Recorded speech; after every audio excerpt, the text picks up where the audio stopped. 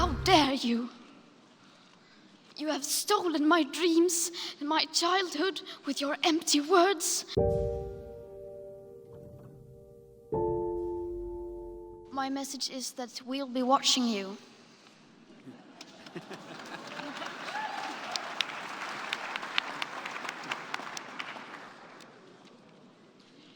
This is all wrong. I shouldn't be up here. I should be back in school on the other side of the ocean. Yet you all come to us young people for hope. How dare you? You have stolen my dreams and my childhood with your empty words, and yet I'm one of the lucky ones. People are suffering, people are dying, entire ecosystems are collapsing. We are in the beginning of a mass extinction, and all you can talk about is money and fairy tales of eternal economic growth. How dare you?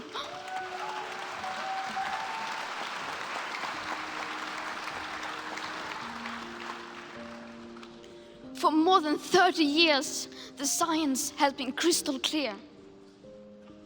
How dare you continue to look away and come here saying that you're doing enough when the politics and solutions needed are still nowhere in sight?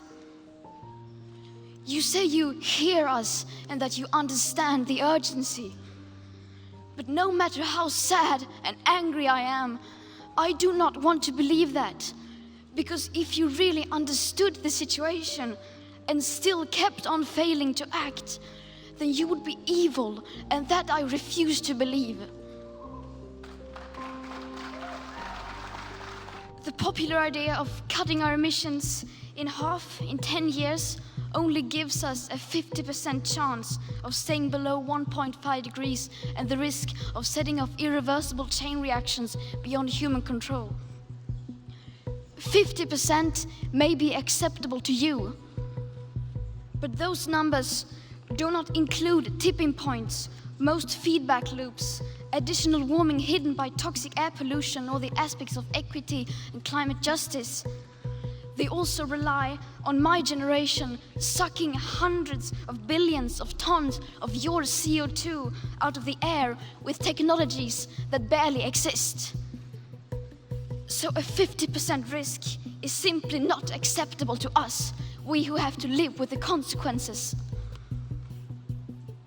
To have a 67% chance of staying below a 1.5 degrees of global temperature rise, the best odds given by the IPCC, the world had 420 gigatons of CO2 left to emit back on January 1st, 2018.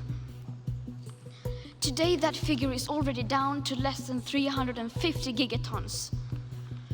How dare you pretend that this can be solved with just business as usual and some technical solutions?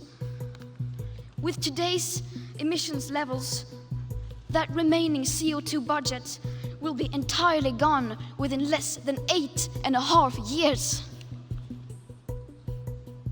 There will not be any solutions or plans presented in line with these figures here today, because these numbers are too uncomfortable and you are still not mature enough to tell it like it is. You are failing us, but the young people are starting to understand your betrayal. The eyes of all future generations are upon you. And if you choose to fail us, I say we will never forgive you.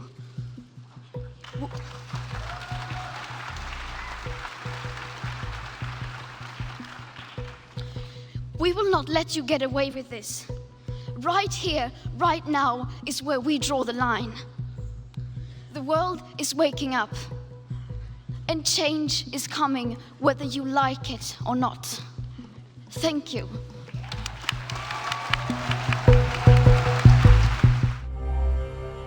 My house is on fire, and we only have one house.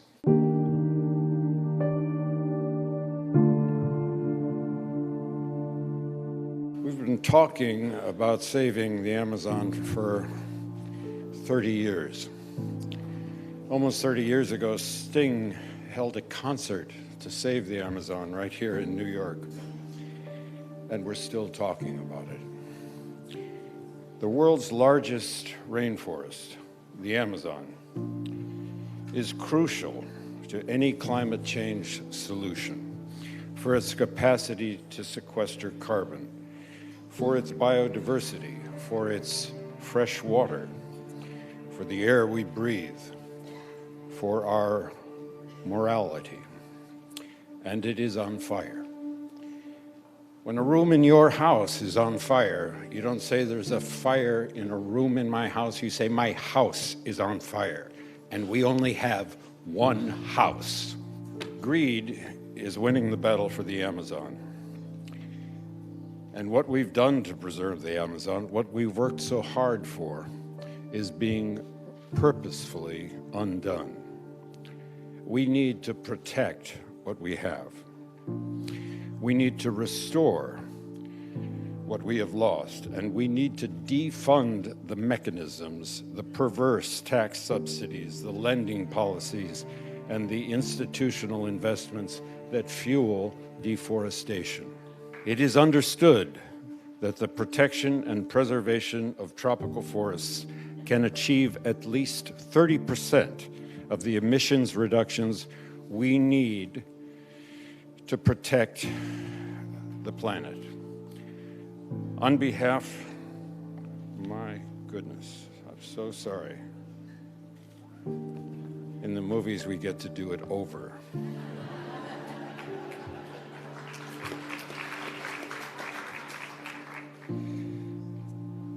And without the Amazon, without securing the largest standing tropical forest in the world, we cannot achieve a climate solution, and nothing else we do will matter. Conservation International has been working in Amazonia for over 30 years, and we are here now to stand with you to put funding, to put teeth in this ambition. President Macron, we're sincerely grateful to the French government, which has committed to investing in this effort with a $100 million contribution. Thank you, sir. It is a great start, but it is not enough. On behalf of Conservation International, I'm honored to announce that we are committing an additional $20 million in funding.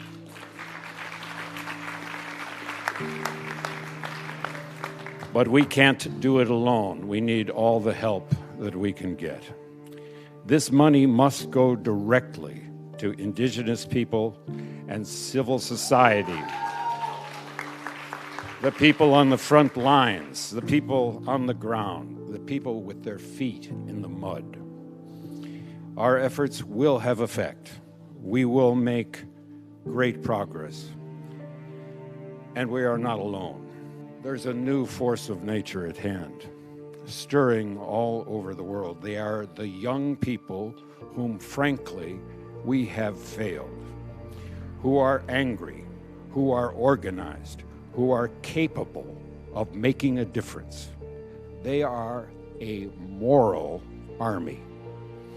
And the most important thing that we can do for them is to get the hell out of their way.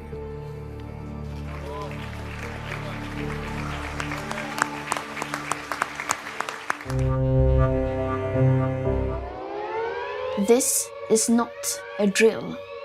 My name is Greta Thunberg. We are living in the beginning of a mass extinction. Our climate is breaking down. Children like me are giving up their education to protest. But we can still fix this. You can still fix this. To survive, we need to stop burning fossil fuels. But this alone will not be enough. Lots of solutions are talked about. But what about a solution that is right in front of us? I'll let my friend George explain. There is a magic machine that sucks carbon out of the air, costs very little, and builds itself. It's called a tree. A tree is an example of a natural climate solution. Mangroves, peat bogs, jungles, marshes, seabeds, kelp forests, swamps, coral reefs, they take carbon out of the air and lock it away. Nature is a tool we can use to repair our broken climate. These natural climate solutions could make a massive difference. Pretty cool, right? But only if we also leave fossil fuels in the ground. Here's the crazy part. Right now, we are ignoring them. We spend 1,000 times more on global fossil fuel subsidies than on natural-based solutions. Natural climate solutions get just 2% of all the money used on tackling climate breakdown. This is your money. It is your taxes and your savings. Even more crazy, right now when we need nature the most, we're destroying it faster than ever. Up to 200 species are going extinct every single day. Much of the Arctic ice is gone. Most of our wild animals have gone. Much of our soil has gone. So what should we do? What should you do? It's simple. We need to protect, restore, and fund. Protect. Tropical forests are being cut down at the rate of 30 football pitches a minute. Where nature is doing something vital, we must protect it. Restore. Much of our planet has been damaged. But nature can regenerate, and we can help ecosystems bounce back. Fund. We need to stop funding things that destroy nature and pay for things that help it. It is that simple. Protect, restore, fund. This can happen everywhere. Many people have already begun using natural climate solutions. We need to do it on a massive scale. You can be part of this. Vote for people who defend nature. Share this video. Talk about this. All around the world, there are amazing movements fighting for nature. Join them.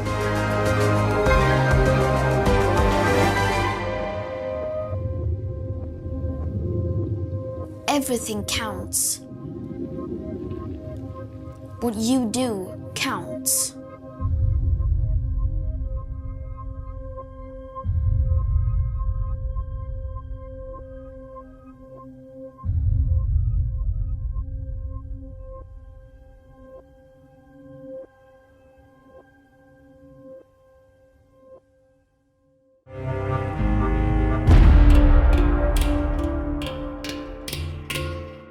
The climate hysteria movement is not about science. If it were about science, it would be led by scientists rather than by politicians and a mentally ill Swedish child. The adults who've brainwashed these kids should be brought up on charges of child abuse. Somebody needs to read poor Greta Genesis chapter 9 and tell her next time she worries about global warming, just look at a rainbow. That's God's promise that the polar ice caps aren't going to melt and flood the world again.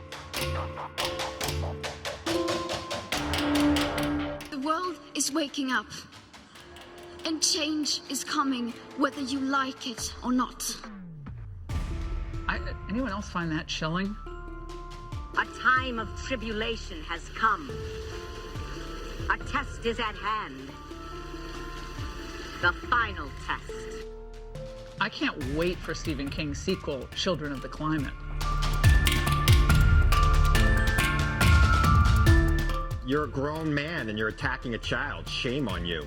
She's trying to do what she thinks is right. And by the way, now relax, skinny boy. I got this, okay? You're attacking a child. You're a grown man. Have some cool. I'm not. I'm attacking the left for exploiting a mentally ill child. Maybe on your podcast, you get away and say whatever you want because nobody's listening. You're on national television. Be a grown-up when you're talking about children. She's trying to save the planet because your president doesn't believe in climate change, and kids need to take to the streets to worry about their future. You are despicable for talking to her about her like that, and you should apologize on national television right now. I think the international left and her parents who are exploiting a girl with many mental illnesses. You called her mentally ill. Take it back now. She is mentally ill. Take it back now. She is mentally ill. She has autism. She has obsessive compulsive disorder. She has selective mutism. She had depression. You are despicable. Her mother wrote about this in a book. You can inveigh all you want, but unfortunately you don't have any facts on your side of it. You're despicable. You're a grown-up. Be a grown-up.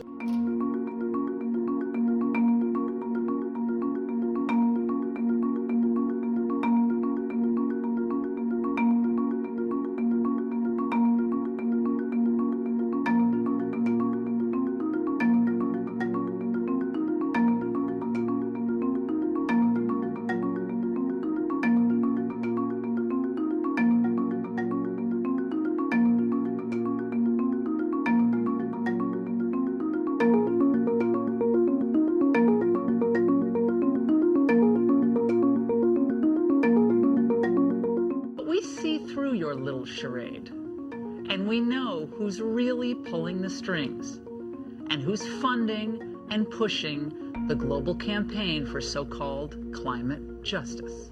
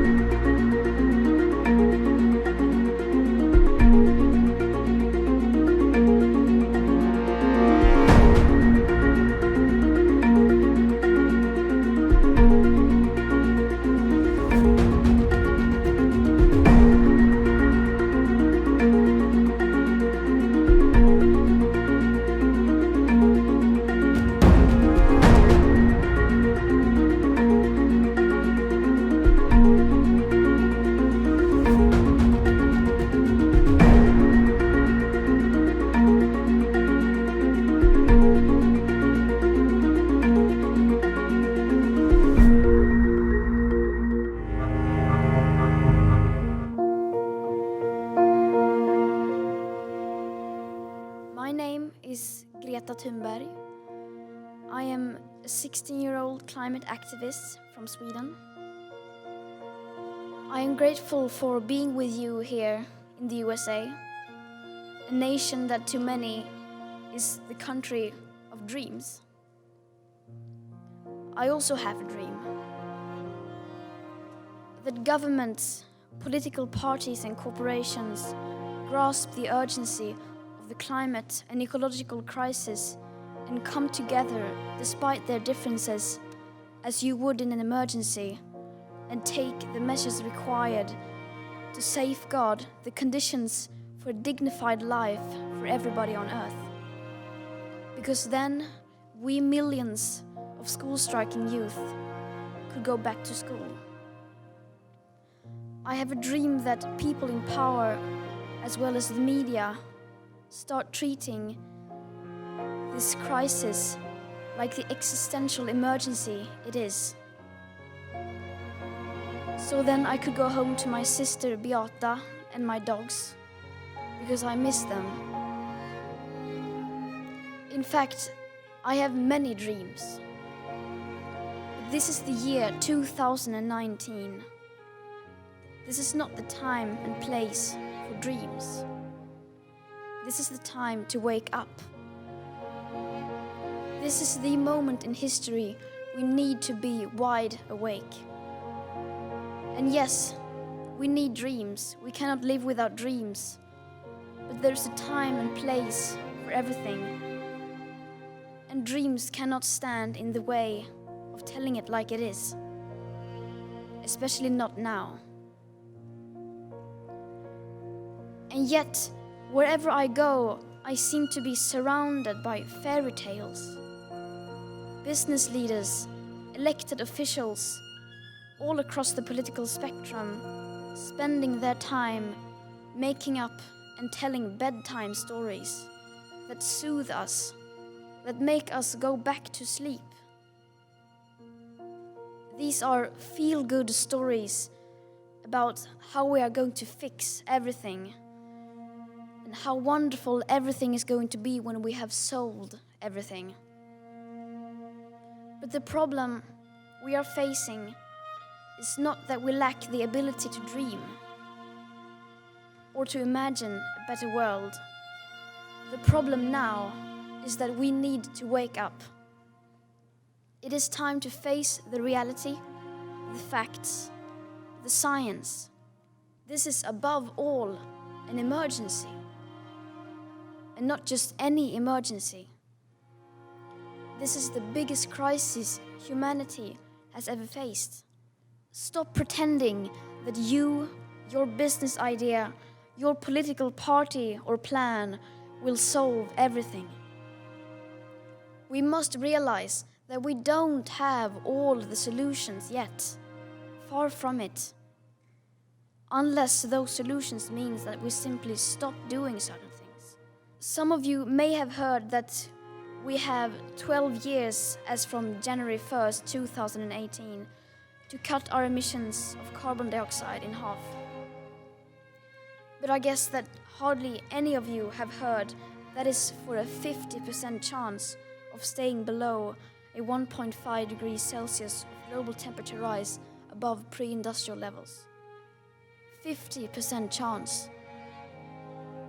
And these current best available scientific calculations do not include non-linear tipping points, as well as most unforeseen feedback loops, like the extremely powerful methane gas escaping from rapidly thawing Arctic permafrost, or already locked-in warming hidden by toxic air pollution, or the aspect of equity or climate justice. So a 50% chance, a statistical flip of a coin, will most definitely not be enough. That would be impossible to morally defend. Would any one of you step onto a plane if you knew it had more than a 50% chance of crashing? Or more to the point, would you put your children on that flight? So where do we begin? Well, I would suggest that we start looking at Chapter 2 on page 108 in the SR 1.5 IPCC report that came out last year.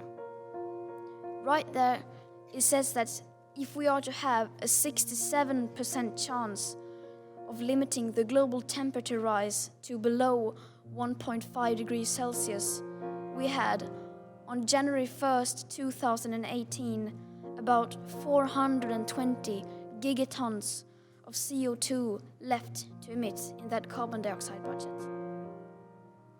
And of course, that number is much lower today, as we emit about 42 gigatons of CO2 every year if you include land use. With today's emissions levels, that remaining budget is gone within less than 8.5 years. These numbers are not my opinions. They aren't anyone's opinions or political views. This is the current best available science, though a great number of scientists suggest even these figures are too moderate. These are the ones that have been accepted by all nations through the IPCC. The USA is the biggest carbon polluter in history. It is also the world's #1 producer of oil. And yet, you are also the only nation in the world that has signaled your strong intention to leave the Paris Agreement. Because, quote, it was a bad deal for the USA. But how can we solve a problem that we don't even fully understand? How can we leave out the full picture and the current best available science? I believe there's a huge danger in doing so. And no matter how political the background to this crisis is, we must not allow this to continue to be a partisan political issue. The climate and ecological crisis is beyond party politics. And our main enemy right now is not our political opponents. Our main enemy now is physics. And we cannot make deals with physics. Everybody says that making sacrifices for the survival of the biosphere and to secure the living conditions for future and present generations is an impossible thing to do. Americans have indeed made great sacrifices to overcome terrible odds before. Think of the brave soldiers that rushed ashore in that first wave on Omaha Beach on D-Day. Think of Martin Luther King and the 600 other civil rights leaders who risked everything to march from Selma to Montgomery. Think of President John F. Kennedy announcing in 1962 that America would choose to go to the moon in this decade and do the other things, not because they are easy, but because they are hard. Perhaps it is impossible. But looking at those numbers, looking at the current best available science, then I think that is precisely what we are up against. But you must not spend all of your time dreaming or see this as some political fight to win. And you must not gamble your children's future on the flip of a coin. Instead, you must unite behind the science. You must take action. You must do the impossible, because giving up can never be an option. Thank you.